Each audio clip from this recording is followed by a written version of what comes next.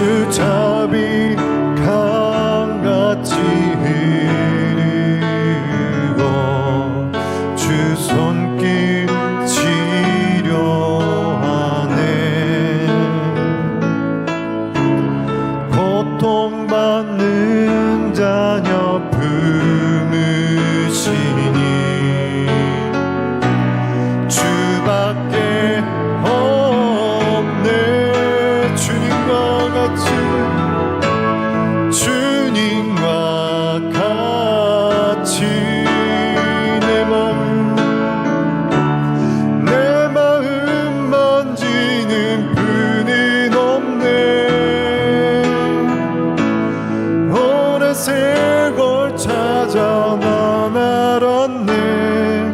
내겐 주밖에 주님과 같이, 주님과 같이 내 마음 만지는 분은 없네. 오래 세월 찾아 난 알았네. 내겐 주밖에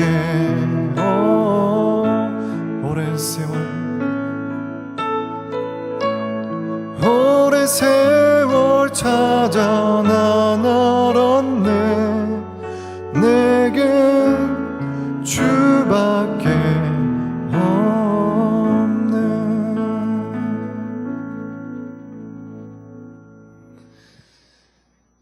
이 세상 끝날 날까지 우리를 포기하지 않으시는 하나님 아버지 감사합니다. 모든 영광과 능력과 권세가 하나님께 있음을 고백합니다. 주님이 지고 가신 그 십자가의 능력으로 말미암아 우리의 죄를 사하여 주시옵시고 그 은혜로 말미암아 살아가는 자들이 될 수 있도록 주여 인도하여 주시옵소서. 세상의 모든 민족이 구원받는 그날까지 쉬지 않으시는 주님, 이 시간 주님 앞에 나온 모든 주님의 백성들에게 주님과 똑같은 그 마음을 부어주시옵소서. 그리하여 일할 자를 찾으시는 주님 앞에 제가 여기 있나이다 고백하며 담대하게 나아갈 수 있는 자들이 될 수 있도록 주여 도와주시옵소서. 이 땅 가운데 생명의 말씀을 전하는 자들로서 주님께 쓰임받기를 간절히 원합니다. 단순히 말뿐만이 아니라 삶으로 주님을 증거하며 나아가기를 간절히 소망합니다. 우리의 삶이 예수 그리스도를 닮게 하여 주시옵시고 그것을 보는 우리의 가족들과 친구들, 이웃들이 주님을 알게 되도록 주여 인도하여 주시옵소서. 또한 지난주 어린이 바이블 캠프가 주님의 은혜 안에서 잘 마칠 수 있게 하여 주심을 감사합니다. 부모와 자녀가 함께한 그 시간 가운데에 주님께서도 함께하여 주셨음을 고백합니다. 그것에서 느낀 예수 그리스도의 사랑을 통하여서 온 가족이 주님 안에서 평안을 누리며 살아갈 수 있도록 주님께서 인도하여 주시옵소서. 성령의 인도하심을 따라 이제 예배의 자리로 나아갑니다. 오늘 선포되어지는 말씀 가운데에 성령의 충만한 기름 부으심을 허락하여 주시옵시고 말씀을 듣는 우리 한 사람 한 사람이 예수 그리스도와 동행하는 자들이 되게 하여 주시옵소서. 이 모든 말씀 우리 주 예수 그리스도의 이름으로 기도드렸습니다. 아멘.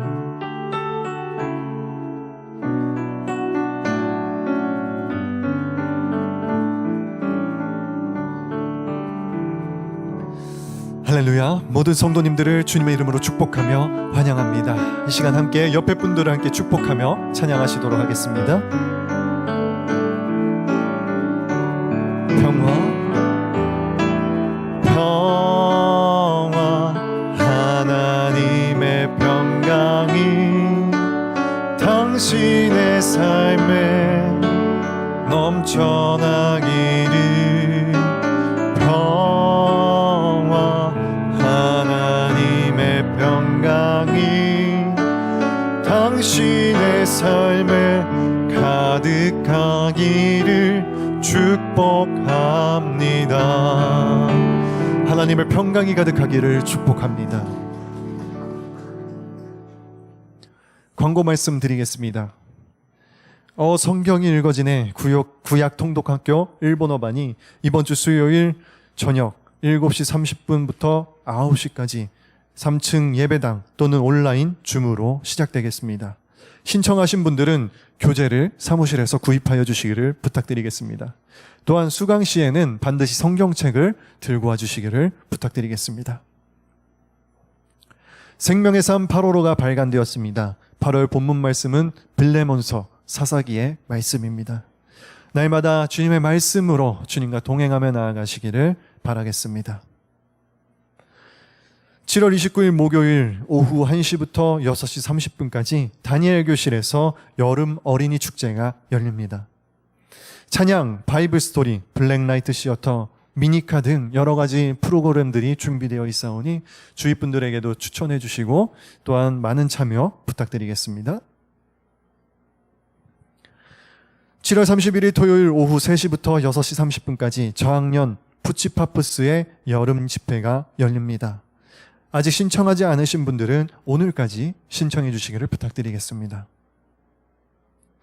7월 11일에 미널 성도님과 사카모토 아키 성도님의 가정에 장녀가 태어났습니다. 여러분들 함께 축하해 주시기를 부탁드리겠습니다.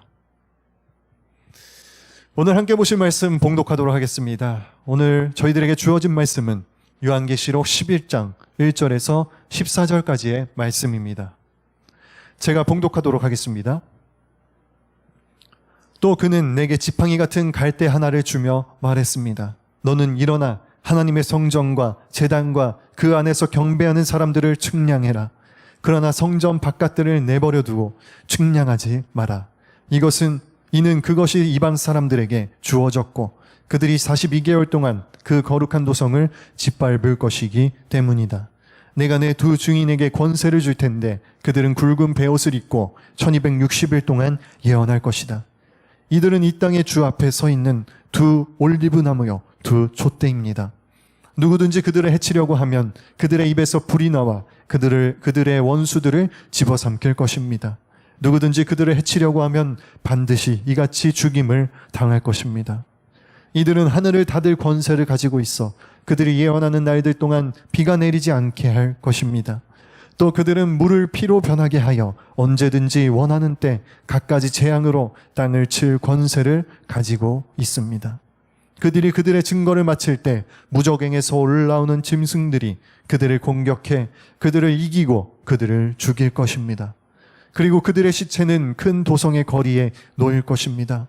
이 도성은 영적으로 소돔과 고모라라 불리는 곳으로 그들의 주께서 십자가에 못 박힌 곳입니다. 백성들과 족속들과 언어들과 나라들로부터 온 사람들이 3일 반 동안 그들의 시체를 구경할 것이며 그들의 시체를 무덤에 장사하는 것을 허락하지 않을 것입니다. 그때 땅 위에 사는 사람들이 그들로 인해 서로 선물을 주고받으며 기뻐하고 즐거워할 것입니다. 이는 이 두 예언자가 땅 위에 사는 사람들을 괴롭혔기 때문입니다.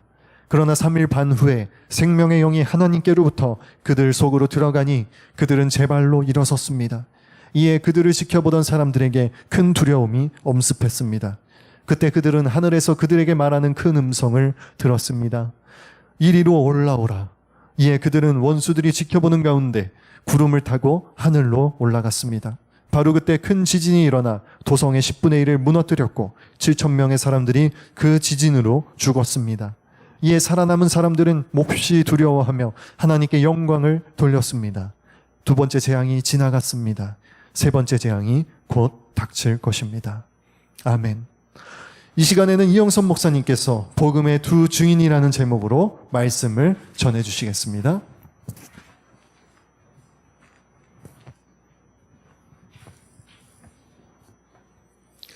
할렐루야. 8월 우리 생명의 삶이 나왔습니다. 여러분 꼭 구입해 주시기 바랍니다. 오늘 성경 말씀은 한번 읽으면 좀 이게 무슨 말씀인가 좀 난해하게 생각할 수 있지만 그러나 그 내용이 그렇게 어려운 말씀은 아니고 특히 오늘 말씀은 교회에 관한 말씀이라는 것을 여러분이 좀 처음부터 기억해 주시면 이 말씀을 풀어나가는데 쉽게 풀어나갈 수 있을 줄 압니다. 요한계시록은 2000년 전에 초대교회를 향한 굉장히 심한 핍박이 있었을 당시에 그 사도 요한이 마지막 날 일어날 그러한 심판에 대해서 보고 들은 것을 적은 것이 요한계시록입니다. 그렇기 때문에 요한계시록이 기록된 것은 2000년 전이지만 요한계시록의 내용은 우리의 미래, 이 세상의 종말의 날에 일어날 일에 대해서 적은 것입니다. 그리고 그 내용은 결론적으로 교회는 승리할 것이고 하나님의 나라는 이루어질 것이다. 죄악과 모든 사단은 무너질 것이다 라는 내용이지요.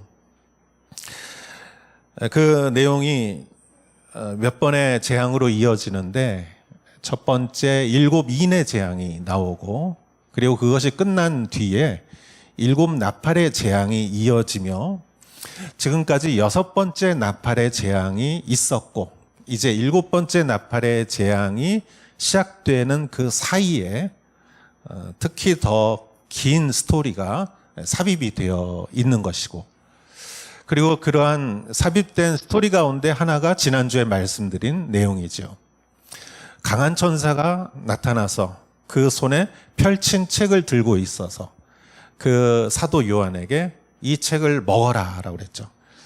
그래서 그 책을 먹었을 때 입에는 달고 배에는 썼다 그랬어요. 즉 하나님의 말씀은 우리가 그 말씀을 정말 있는 그대로 읽고 묵상하면 우리에게 힘도 되고 위로가 되지만 그 말씀을 우리가 직접 실천할 때는 힘들다는 거예요.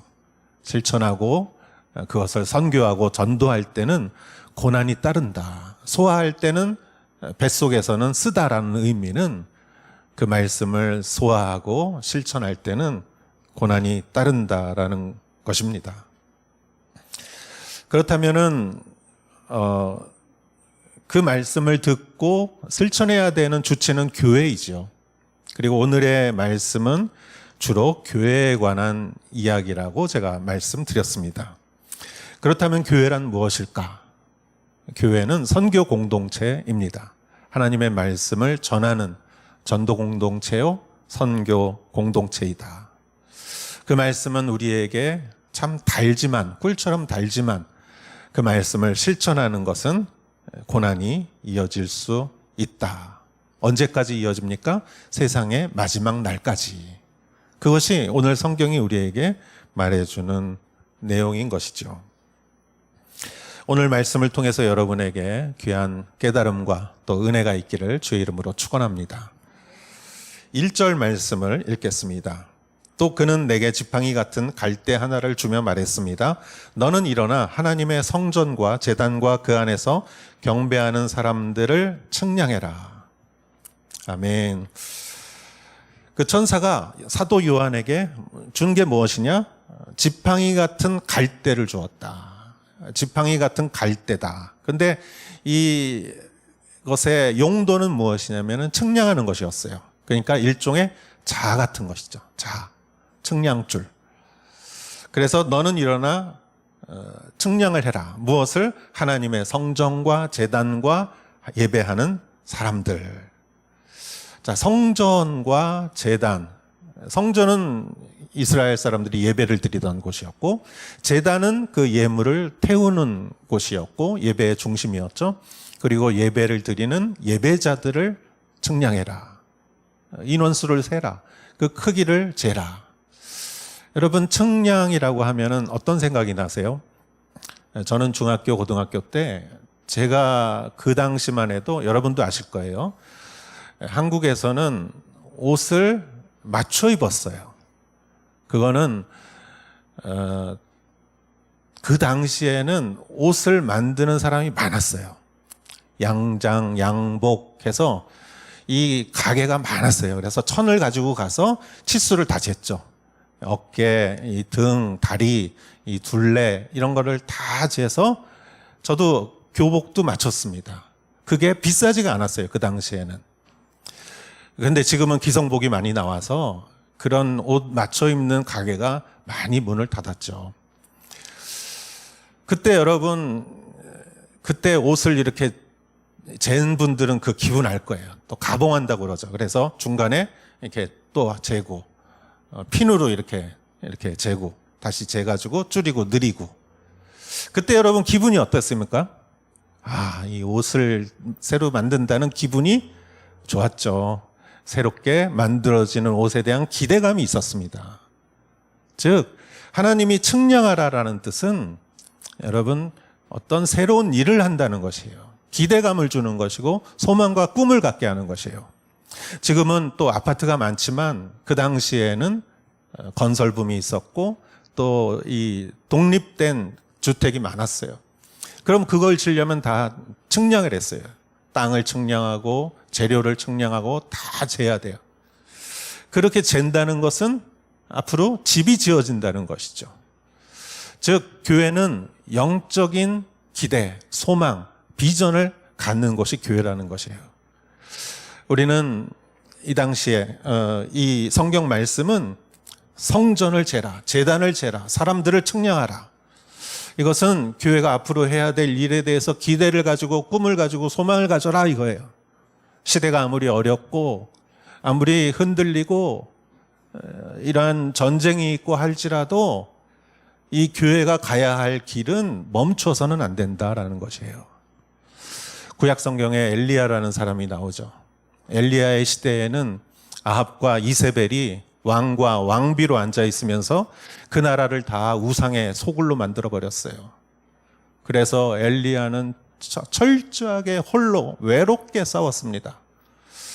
엘리야가 그 갈멜산에서 대결을 하고 승리를 했지만 이세벨의 한마디로 인해서 엘리야는 도망가고 하나님 저를 죽여주십시오. 하나님 저밖에 없습니다. 외롭습니다. 저는 더 이상 할 수가 없습니다. 그럴 때 하나님께서 엘리야에게 하신 말씀을 우리는 기억합니다. 바알에게 무릎 꿇지 않고 입 맞추지 않은 7,000명의 사람을 내가 남겨놓았다. 엘리야의 눈에는 보이지 않았지만 하나님은 다 측량하고 계신 거예요. 오늘날도 마찬가지입니다. 우리가 코로나로 인해서 우리가 행사가 취소되고 규모가 작아지고 우리가 자꾸 위축되는 것 같지만 하나님의 눈에는 그렇지 않다는 것이에요. 하나님은 우리에게 말씀하십니다. 측량하라. 성전을 측량하고 제단을 측량하고 예배자를 측량하라. 왜냐하면 우리를 위하여 기도해 주는 허다한 무리가 있기 때문이죠. 우리가 눈에 보이는 것만 보면 그렇게 아무것도 보이지 않지만 영적인 눈을 뜨면 우리를 위하여 기도해 주는 많은 사람들이 있는 것이에요. 여러분 지금 지난번에 청년부 집회를 할 때 그 한국에 있는 수많은 청년들이 이 일본에 있는 비전교회를 위해서 기도해 주셨고 또 우리 또 수많은 사람들이 일본 선교를 위해서 기도해 주시고 우리 교회를 위해서 기도해 주시고 여러분을 위해서 기도해 주시는 그것을 항상 기억하시고 소망과 꿈을 가지시는 여러분 되시기를 주의 이름으로 축원합니다. 아멘. 2절과 3절을 보겠습니다. 그러나 성전 바깥 뜰은 내버려 두고 측량하지 마라. 이는 그것이 이방 사람들에게 주어졌고 그들이 42개월 동안 그 거룩한 도성을 짓밟을 것이기 때문이다. 내가 내 두 증인에게 권세를 줄 텐데 그들은 굵은 베옷을 입고 1260일 동안 예언할 것이다. 아멘. 자, 이렇게 하나님께서 이 교회에게 측량하라고 하셨지만 그러나 항상 영적인 싸움은 있다는 것입니다. 성전 바깥들은 측량하지 마라. 왜냐하면 이방 사람들에게 주어졌기 때문이다. 여기서 말하는 이방 사람은 외국 사람들이 아니라 적그리스도, 교회를 핍박하는 자들, 영적 싸움을 싸우는 자들, 그 싸움은 항상 있는 것이에요. 성전이 있지만 이방의 뜰이 있습니다. 여러분, 교회는 영적 싸움을 싸우는 곳입니다. 언제까지요? 마지막 날까지. 지금 이 묵시록에 나오는 마지막 날까지 그들은 2개월 동안 거룩한 도성을 짓밟을 것이다. 42개월이라는 말을 기억해 주시기 바랍니다. 그러나 그런 가운데에서도 3절에 중요한 두 사람이 나옵니다. 내가 내 두 증인에게 권세를 줄 텐데. 여기서 두 증인, 이 두 증인이야말로 사실은 교회를 대표하는 인물입니다. 권세를 줄 텐데 그들은 굵은 베옷을 입고, 굵은 베옷을 입었다는 것은 굉장히 결단했다는 거예요. 아주 비장한 각오로 임했다는 것이에요. 그들도 1260일 동안 예언할 것이다. 예언이라는 하나님의 말씀을 대언하는 것이죠. 영적 싸움을 싸우는 것입니다.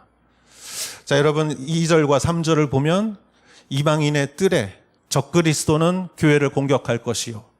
그러나 그 두 증인, 교회를 대표하는 그 두 증인은 1260일 동안 예언할 것이다. 하나님의 말씀을 수행할 것이다. 교회의 책무를 다할 것이다.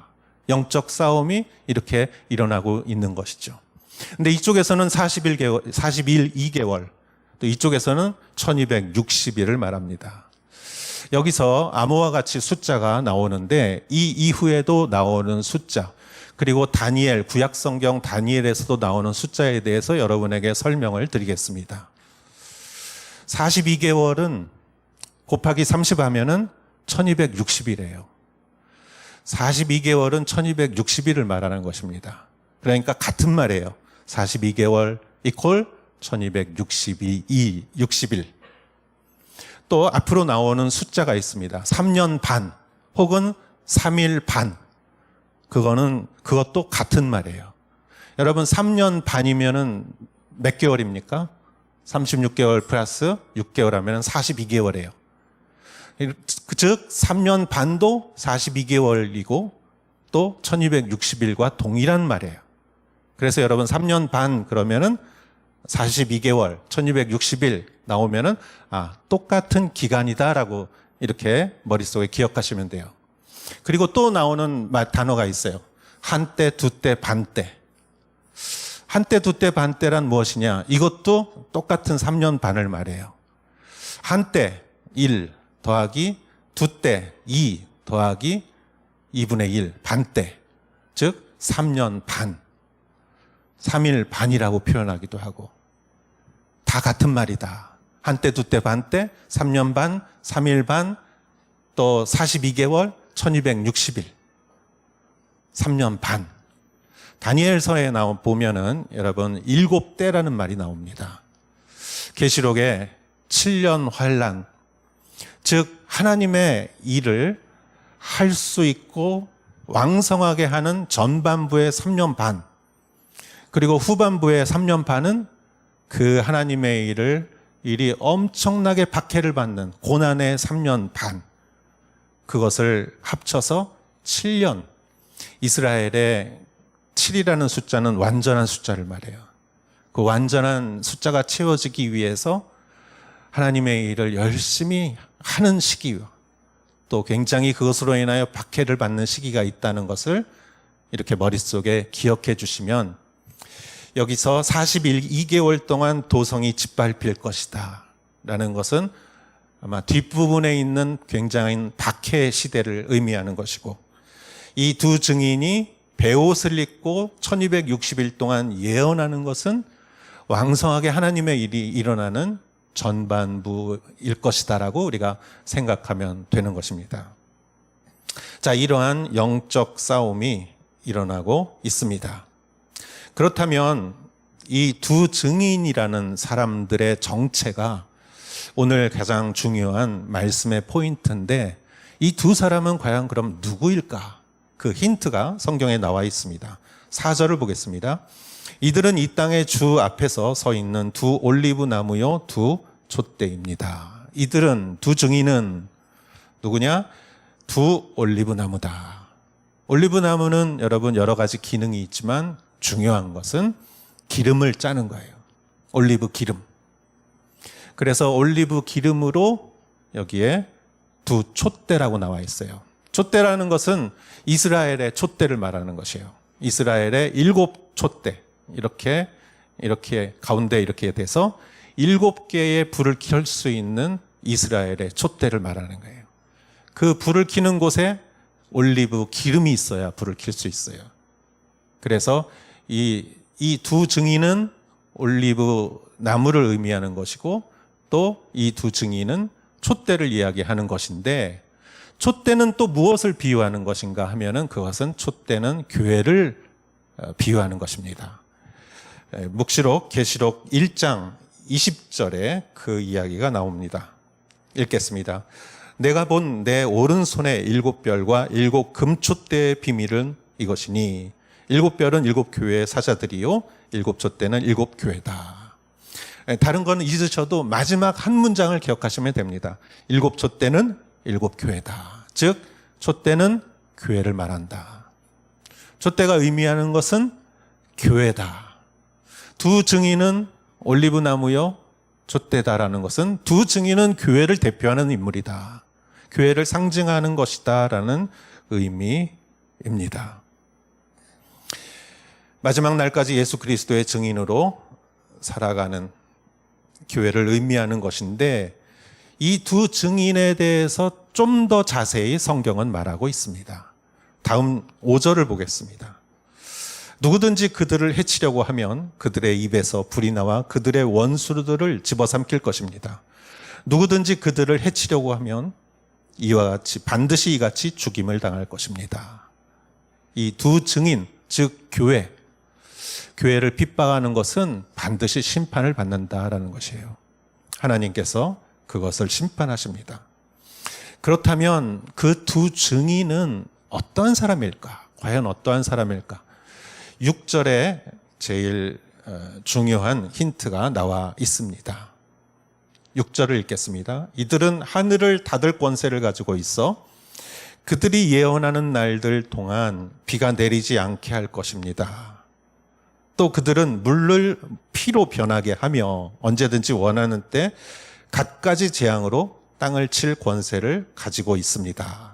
아멘. 자, 이 두 사람이 어떤 사람인지 성경이 6절에서 힌트를 주고 있어요. 첫 번째 사람은 누구든지 하늘을 닫을 권세를 가지고 있다. 예언하는 날 동안 비가 내리지 않게 할 것이다. 어디서 많이 들어본 얘기 같지 않습니까? 구약 성경에 제가 조금 전에 말씀드렸던 북이스라엘의 아합과 이세벨의 시대, 그 우상 숭배 예언자들과 처절하게 싸웠던 예언자 엘리야를 말하죠. 그 당시에 아합 왕은 이스라엘을 우상 공화국으로 만들어 버렸어요. 그래서 엘리야가 선포합니다. 내가 말할 때까지 몇 년 동안 이 땅에는 비가 오지 않을 것이다. 그리고 그 기간이 실제 3년 반이었어요.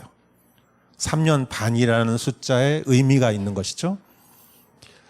자, 그리고 이 엘리야는 갈멜산에서 바알과 아세라 예언자 850명과 대결을 벌입니다. 이스라엘에 가보면 높지 않은 언덕과 같은 산이 있어요. 그게 갈멜산이에요. 그 위에서 850명의 이방 예언자들과 대결을 하면서 그때 비가 오기 시작해요. 3년 반 동안 가뭄이 들었고 그때 비로소 비가 왔던 것이죠. 그렇기 때문에 두 증인 중에 첫 번째 사람은 누구를 말하느냐? 엘리야를 말하는 것이다. 아니면은 엘리야와 같은 사람을 상징하는 것이다. 이렇게 볼 수 있습니다. 예언하는 날 동안 비가 내리지 않게 할 것입니다. 그리고 두 번째 사람은 그들은 물을 피로 변하게 하며 언제든지 원하는 때 갖가지 재앙으로 땅을 칠 권세를 가지고 있습니다. 두 번째 증인은 이 문장을 보면서 우리가 머릿속에 떠오르는 사람이 있죠? 바로 모세입니다. 이스라엘 백성들이 이집트에서 400년간 노예 생활을 할 때, 그때 이집트의 그 이스라엘 백성들을 이끌고 광야로 나와서 하나님의 약속해 주신 가나안 땅까지 들어가진 못했지만 그 앞까지 데려간 위대한 지도자가 바로 모세였죠. 모세가 이스라엘 백성을 애굽에서 이끌어낼 때 애굽 왕 바로는 마음이 강팍했고 이스라엘 백성들이 떠나는 것을 허락하지 않았습니다. 그래서 모세를 통해서 하나님이 내리신 10가지 재앙이 있었죠. 그리고 첫 번째 재앙은 나일강이 피로 변하는 것이었습니다. 지금 성경이 말하고 있는 물을 피로 변하게 하며, 그게 그 내용이죠. 그리고 언제든지 원하는 때 갖가지 재앙으로 땅을 칠 권세를 가지고 있다. 이 10가지의 재앙을 오게 한 바로 그 인물이 모세였다는 것이죠. 그래서 여기서 두 증인이라고 할 때 그 두 증인은 바로 엘리야와 모세다. 또는 엘리야와 모세와 같은 사람을 의미한다. 라고 우리가 이해하시면 되는 것입니다. 그렇다면 여러분, 구약의 모세와 엘리야가 어떻게 신약의 교회를 상징하는 인물이 될 수 있을까? 여기 대해서 우리가 한번 생각해 보겠습니다. 신약 성경을 한번 생각해 보십시오. 신약 성경 중에도 마태복음 16장에 예수님께서 제자들을 데리고 가이사랴 빌립보라는 곳을 가십니다. 가이사랴 빌립보라는 곳을 저도 가봤습니다. 그곳은 갈릴리 호수보다 더 위에 있는 사막 지역이 아니라 녹지, 푸른 지역이고, 그곳에서 흐르는 좁고 깊은 이 냇물, 그 산에서 물이 녹아서 흐르는 그 냇물이 얼마나 힘차게 흐르고 얼마나 시원한지, 아주 그곳은 좋은 지역이기도 하고요. 거기에는 바위로 된 산이 있고 판신전이 있습니다. 그 로마 시대에 이렇게 썼던 그런 신전도 있는 곳입니다. 거기서 예수님께서 제자들에게 질문을 하십니다. 사람들은 나를 누구라 하느냐? 또 너희는 나를 누구라 하느냐? 예수님께서 이렇게 질문하셨을 때 우리가 잘 아는 베드로의 대답, 마태복음 16장 16절에 시몬 베드로가 대답했습니다. 주는 그리스도이시며 살아계신 하나님의 아들이십니다. 베드로가 이렇게 대답을 했죠. 여러분, 예수님이 제자들을 데리고 2년 넘게 다 다니셨어요. 그것도 이렇게 만나는 게 아니라 이렇게 만나서 집에 퇴근하고 이게 아니라 같이 살았어요. 같이. 그렇다면 제자들이 예수님에 대해서 얼마나 잘 알겠어요. 그런데 3년이 다 될 때까지 사실은 몰랐어요. 예수님하고 같이 살았는데도 예수님을 몰랐어요. 예수님은 랍비인가, 선생인가, 아니면 혁명가인가, 야심가인가, 예수님은 정치가인가, 잘 알 듯 몰랐어요.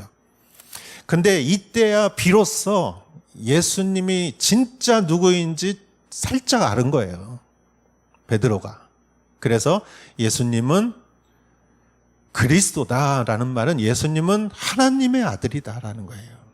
위대한 인물이 아니라 장차 왕이 될 그런 장래가 촉망받는 그런 정치가가 아니라 예수님은 그리스도다. 하나님의 아들이다. 이 고백은 굉장한 거죠. 이제야 알았어요.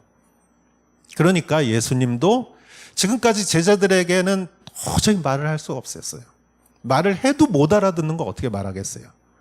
말을 해도 못 알아듣는 사람한테 어떻게 말을 하겠습니까? 그런데 이제야 예수님께서 말씀하시는 거예요. 이제 내가 말을 해도 이 제자들이 알아듣겠구나.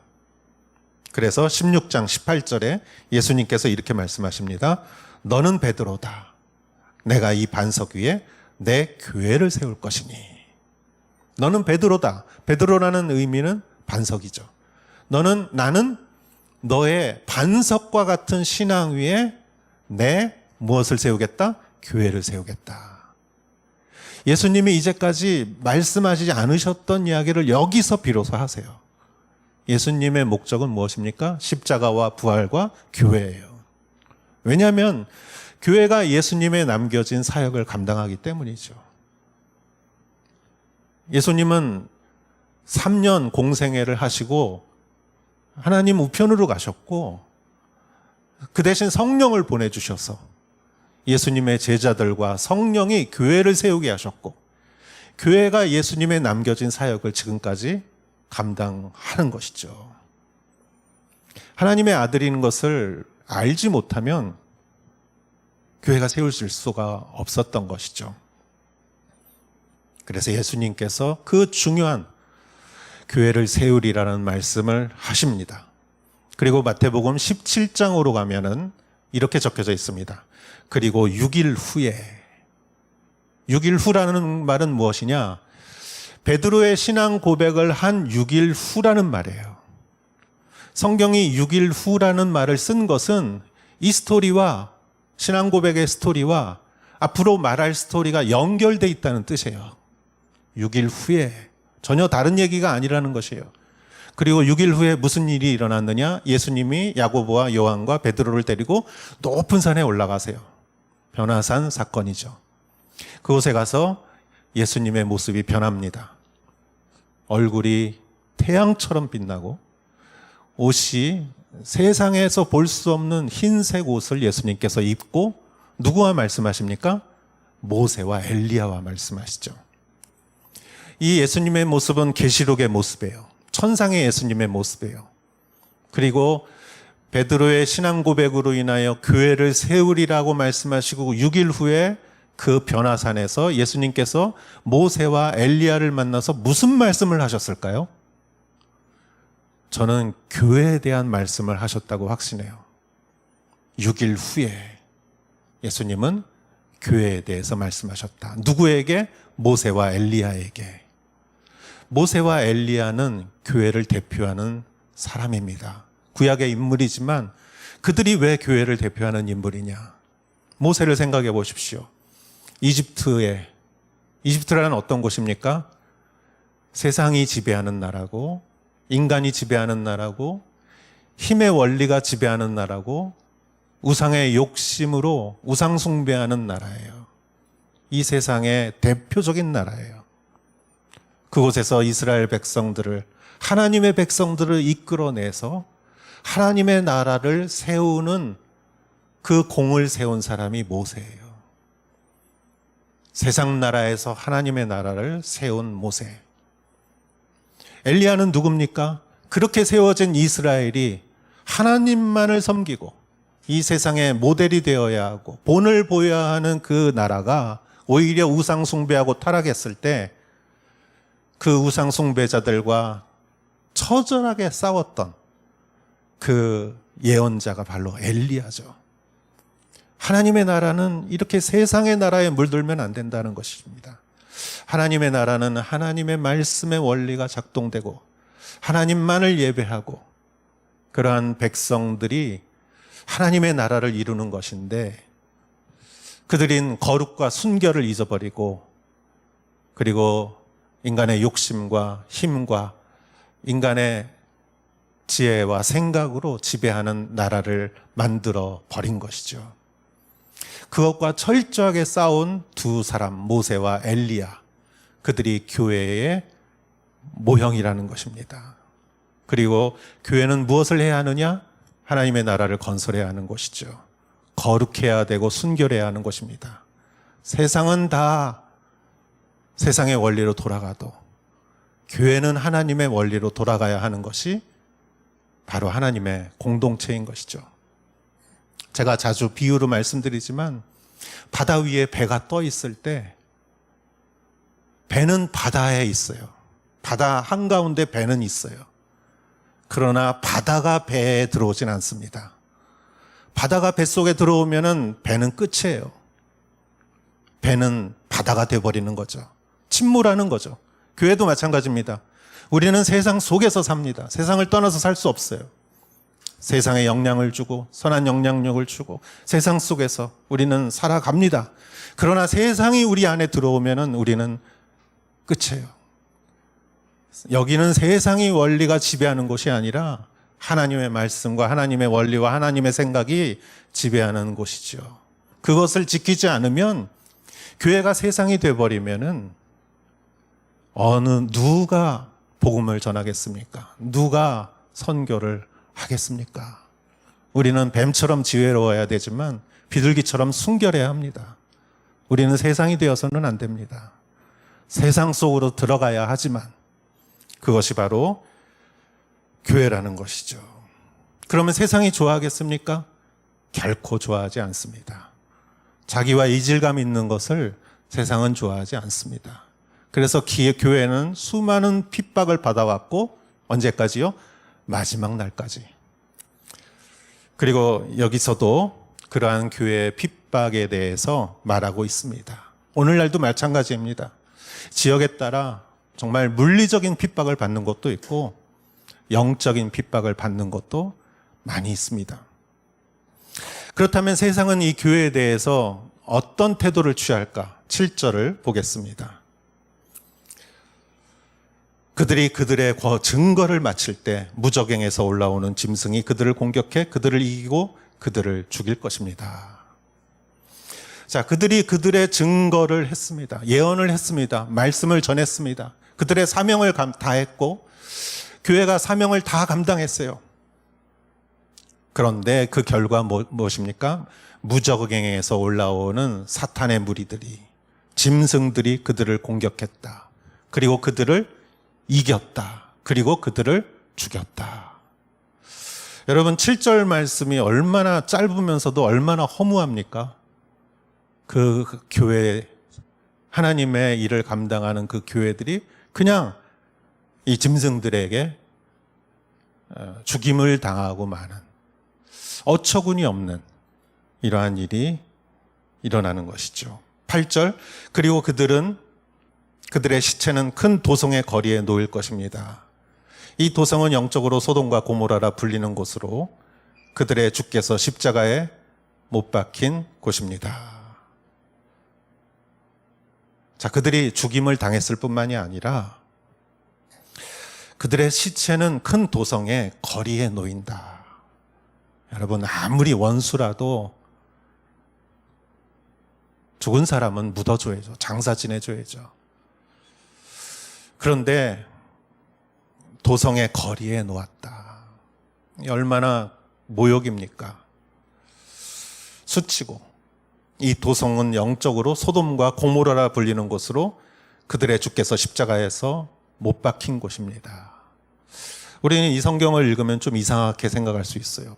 예수님이 십자가에 못 박힌 곳은 예루살렘이었는데 왜 소돔과 고모라라고 말하는 것일까? 자, 여러분, 예수님 당시에 예수님이 가셨던 예루살렘 성전은 어땠습니까? 환전하면서 돈 바꿔주는 사람, 비둘기 파는 사람, 양 파는 사람, 그런 사람들에게 그걸 팔면서 엄청난 이득을 취했어요. 그 사람들에게 그것은 완전히 전매권이었어요. 돈을 버는 수단이었어요. 기도하는 집이 아니었고 예배드리는 곳이 아니었어요. 그래서 오죽하면 예수님께서 그 판을 뒤집어 엎으셨겠습니까? 이름은 예루살렘이었지만 그 속을 들여다보면 소돔과 고모라였던 것이죠. 성경이 이렇게 말하는 것은 그런 의미로 말하는 것입니다. 9절, 백성들과 족속들과 언어들과 나라들로부터 온 사람들이 3일 반 동안 그들의 시체를 구경할 것이며 그들의 시체를 무덤에 장사하는 것을 허락하지 않을 것입니다. 세상 사람들이 다 몰려와서 그것을 구경하는 것이죠. 3일 반이라는 것은 3년 반을 의미합니다. 박해 시대 3년 반.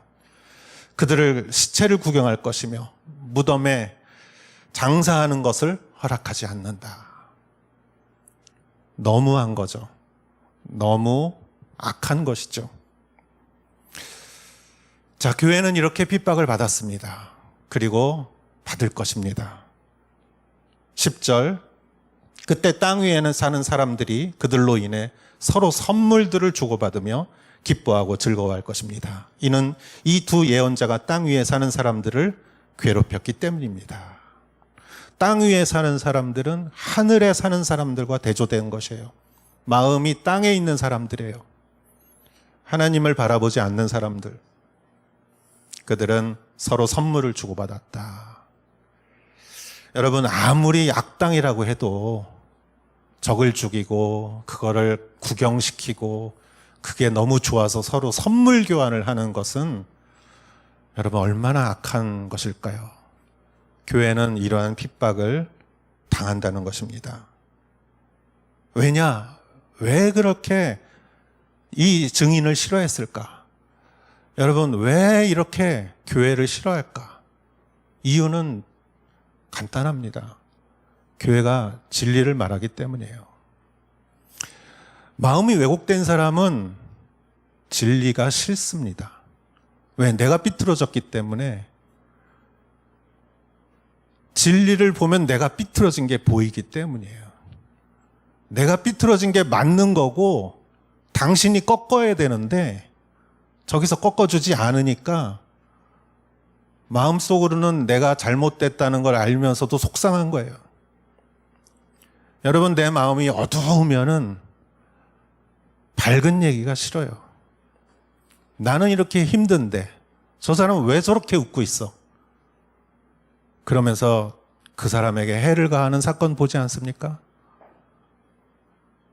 여러분, 여기서 나오는 이 교회를 핍박하는 이 사람들의 마음은 왜곡되고 어둡고 음침하고, 그렇기 때문에 밝고 정직하고, 그리고 이 진리를 말하는 이 예언자의 말이 듣기 싫은 거예요. 그랬다가 당했다 이거죠. 선물 주고 기뻐하고 이런 것이죠. 여러분, 로마의 그 네로 황제가 그 기독교인들을 핍박하면서 기뻐했던 그러한 마음이 인간의 내면에 있는 것이라는 것입니다. 죄와 악이 인간을 그렇게 만드는 것이에요. 여러분, 이것을 보면서 10절까지를 보면은 너무 허무하고 너무 안타까워요. 그럼 교회는 이렇게 항상 당하는 것인가? 아무 말 못하고. 그렇습니다. 교회는 죽는 게 교회예요. 여러분, 크리스찬은 십자가에 가는 게 크리스찬이에요. 그게 당연한 거예요. 그게 이상하다고 생각하면 안 돼요. 아무든지 나를 따라오려거든 자기 십자가를 지고 나를 따라오라고 그러셨잖아요. 예수님은 말씀하셨습니다. 나는 섬김을 받으러 온 사람이 아니라 섬기러 온 사람이고 내 목숨으로 인해 많은 사람들을 구원하기 위해서 왔다라는 것이에요. 순교는 당연한 것입니다. 그러나 여러분, 하나님의 원리는 그렇습니다. 죽어야 사는 것입니다. 죽어야 사는 것이고, 십자가 저편에 부활이 있는 것이고, 노 크로스, 노 크라운. 십자가가 없으면 영광의 면류관도 없는 것이에요. 나에게 능력이 없으면 왜 능력이 없는 것인가? 죽지 못했기 때문이에요. 내 자아에 죽지 못하고. 하나님 앞에서 우리는 자아에 죽는 게 크리스찬의 일이에요. 이거를 당연하게 생각해야 돼요. 그리고 이 두 증인은 그것을 당연하게 여겼습니다. 죄를 이기는 것, 내가 그리스도와 함께 십자가에 못 박혔나니, 그런즉 이제 내가 산 것이 아니요 내 안에 그리스도께서 사신 것이라. 이제 내가 사는 것은 나를 위하여 자기 목숨을 주신 하나님의 아들을 믿는 믿음으로 사는 것이다. 바울의 고백이지 않습니까? 내가 그리스도와 함께 십자가에 못 박혀 죽었나니. 이것이 교회입니다. 그리고 그때 하나님은 일하기 시작하십니다. 어떻게 일하시는가? 성경에 자세히 나와 있습니다. 11절을 보겠습니다. 그러나 3일 반 후에 생명의 영이 하나님께로부터 그들 속으로 들어가니 그들은 제 발로 일어섰습니다. 이에 그들을 지켜보던 사람들에게 큰 두려움이 엄습했습니다. 3일 반 후에, 여기서도 3일 반이라는 말이 나오죠. 3일 반 후에, 이 고난의 시기가 지나간 후에 생명의 영이 하나님으로부터 그 두 증인에게 들어갔다. 하나님이 흙으로 사람을 빚으사 그 코에 하나님의 생기를 넣으시니 생명이 되었다. 무에서 유를 만드시는 하나님, 죽은 자를 살리시는 하나님, 순교한 자를 일으켜 세우시는 하나님이 움직이십니다. 일하십니다. 그랬더니 그들이 제 발로 일어났다.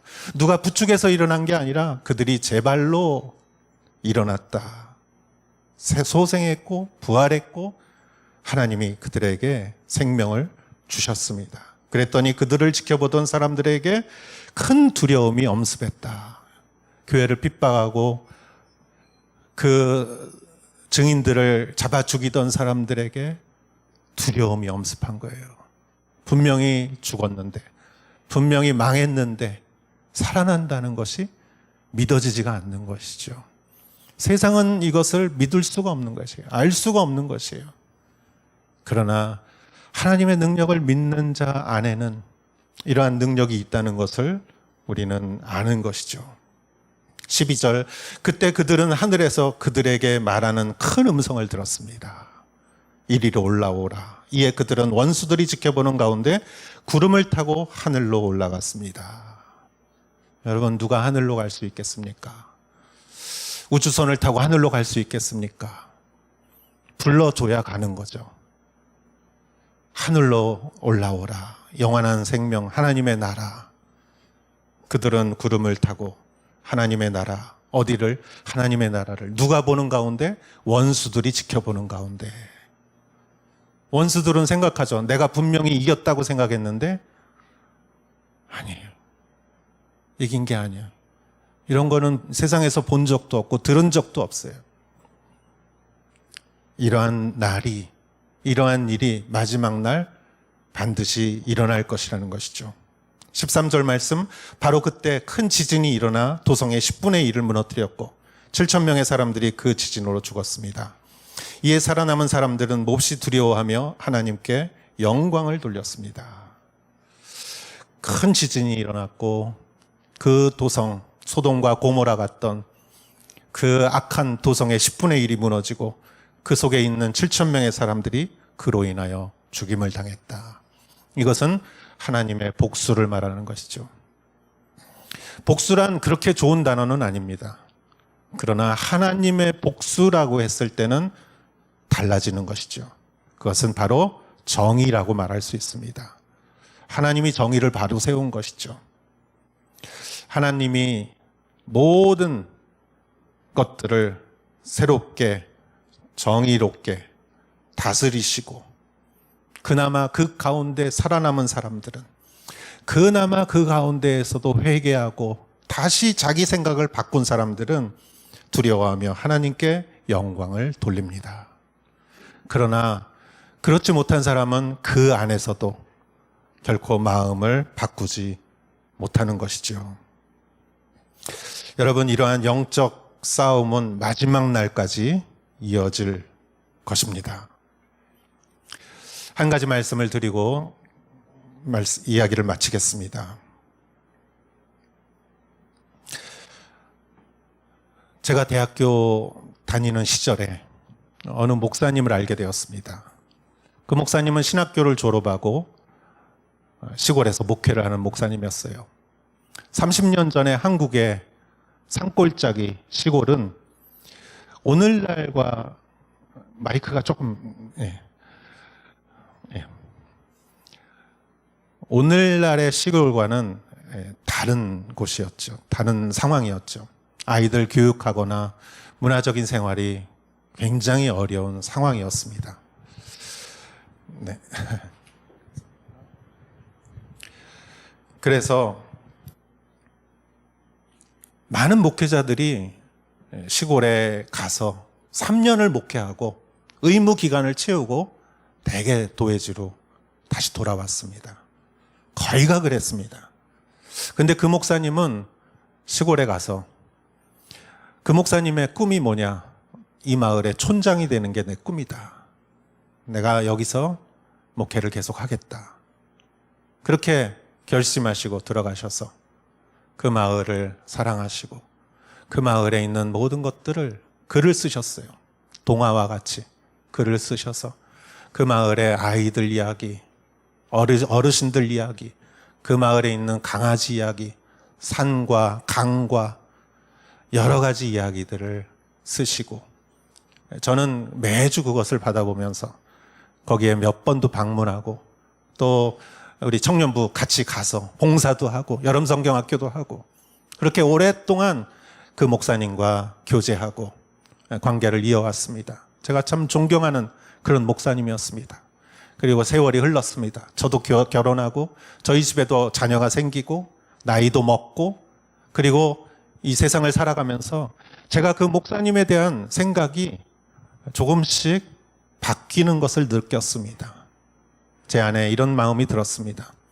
목사님 참 순수하게 목회하는 것도 좋지만 세상이 그렇게 만만한 것도 아니고 순수하다고 다 되는 것도 아니고 요령도 필요하고 때로는 권력도 있어야 되고 때로는 방법론도 있어야 하는데 너무 우직하고 답답하게 이상만 쫓으시니 가족들이 고생하는 것은 아닐까. 그러면서 그 목사님이 하시는 모든 일이 틀린 것은 아닌데 왠지 모르게 내 마음에서 멀어졌습니다. 여러분 이런 거 경험하지 않으십니까? 우리도 주변에서 이런 일들을 많이 경험한다고 생각합니다.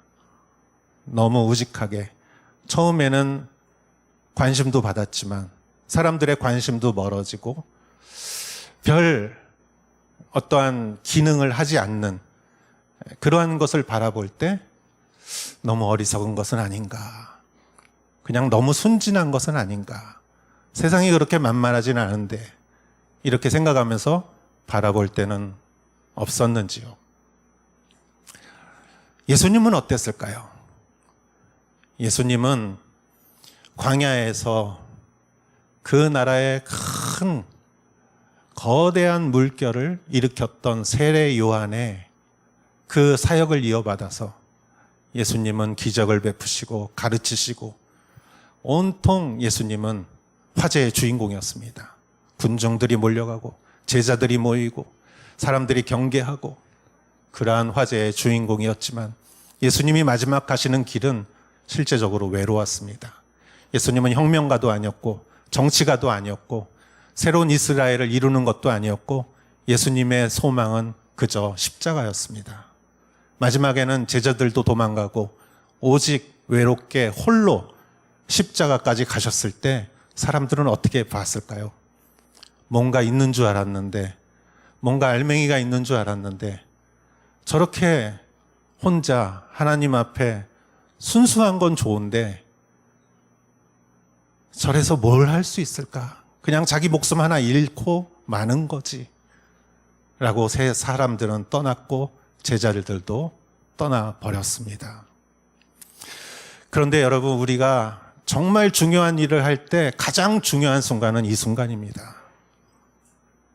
정말 중요한 일을 할 때, 고난이 닥칠 때, 사람들이 떠날 때, 외로울 때 그 자리를 떠나는 사람이 많지만 그것을 견뎌내고 어두운 터널을 지나갈 때 마지막 빛이 오는 것이죠.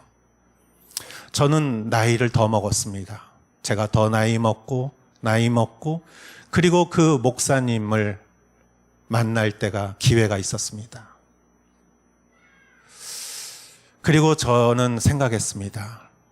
그렇게 외롭고 힘든 일을 마지막까지 완수하셨을 때 목사님이 남기신 가장 중요한 보물은 무엇일까?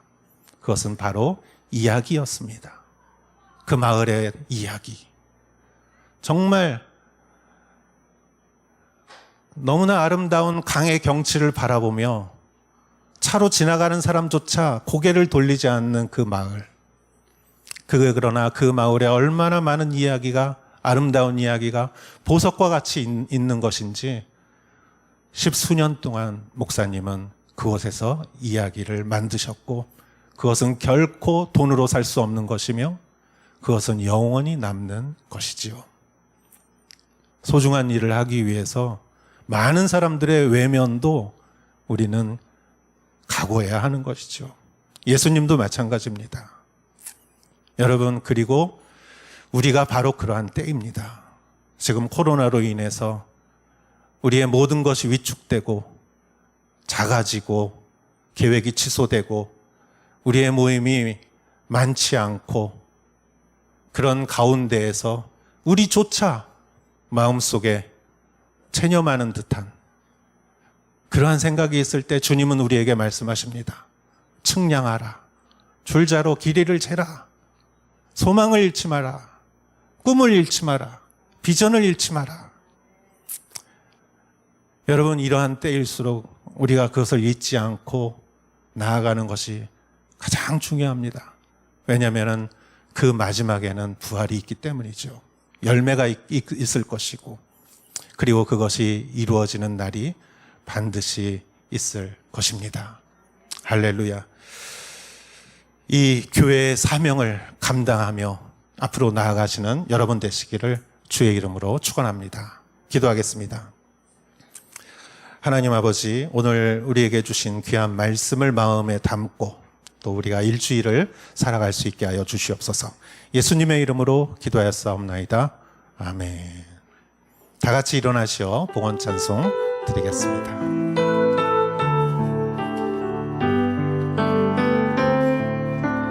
힘으로 되지 않고 능력으로 되지 않는 오직 나의 영으로 인해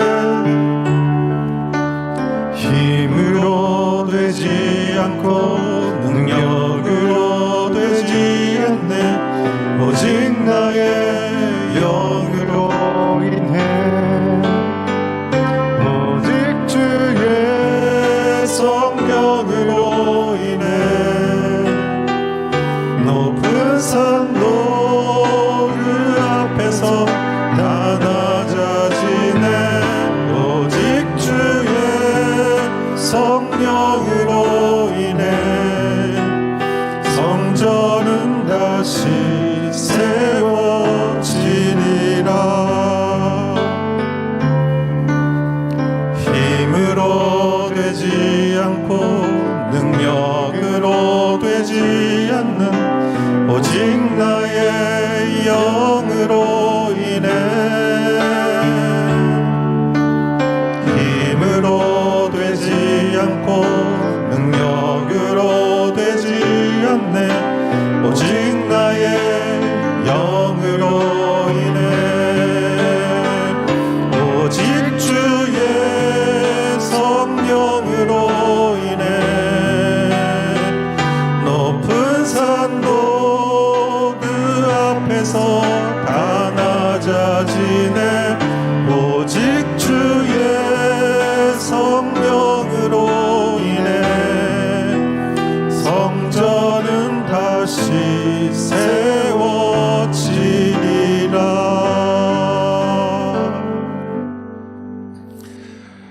주님, 이 모든 영광을 받으시고 이 오사카 땅에서 주님을 부르며 기도하며 예배드리는 이 공동체, 이 한 사람 한 사람의 예배자를 주님 긍휼히 여겨 주시옵시고 한 사람 한 사람에게 건강과 축복을 내려 주시옵소서. 이 예물을 우리가 드립니다. 하나님의 모든 것이 하나님께로 왔다는 것을 우리가 11조로 드리고 또 건축과 감사와 선교로 모든 예물을 드립니다.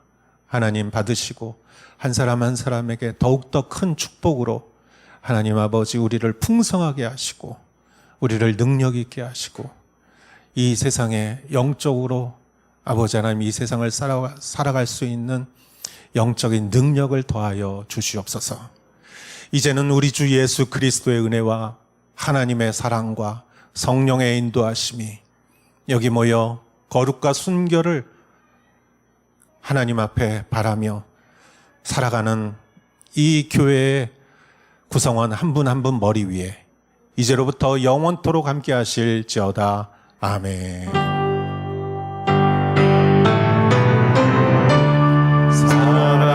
살아계신 주 나의 참된 소망 걱정 근심 전혀 없네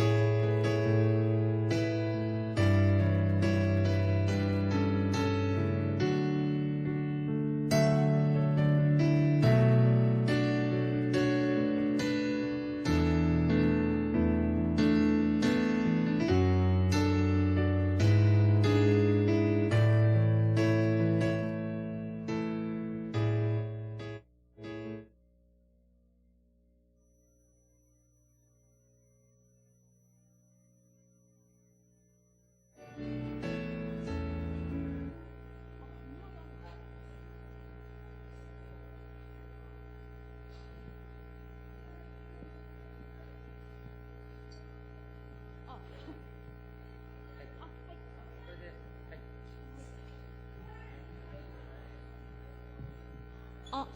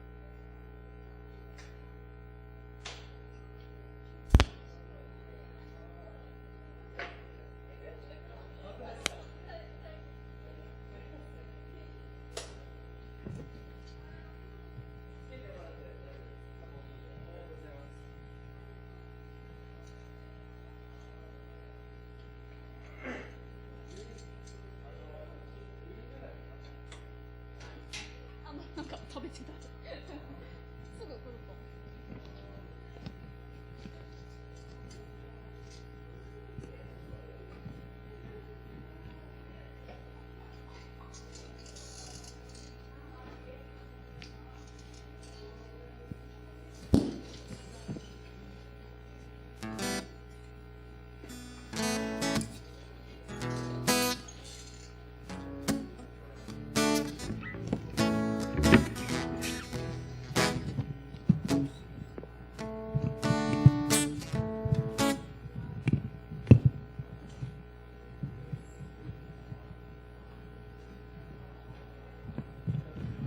あ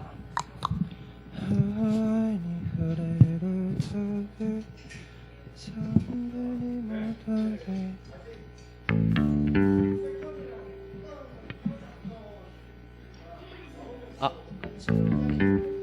閉めないといけないですか。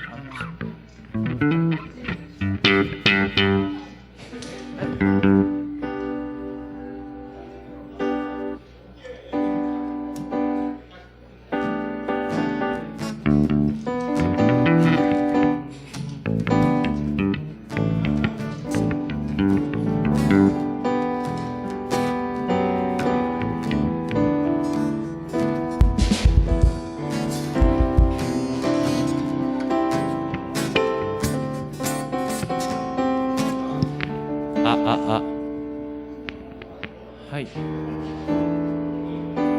多分青いやつを挟まないといけない。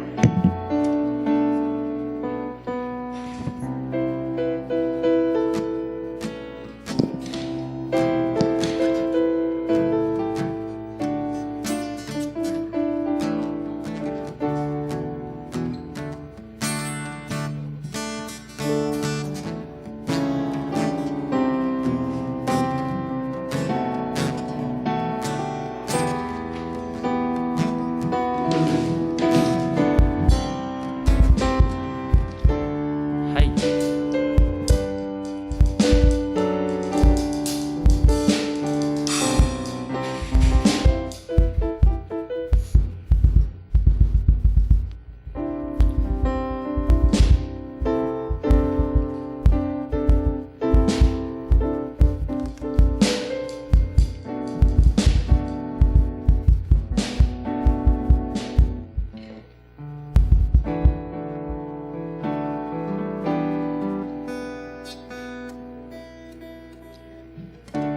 はい、いけますか？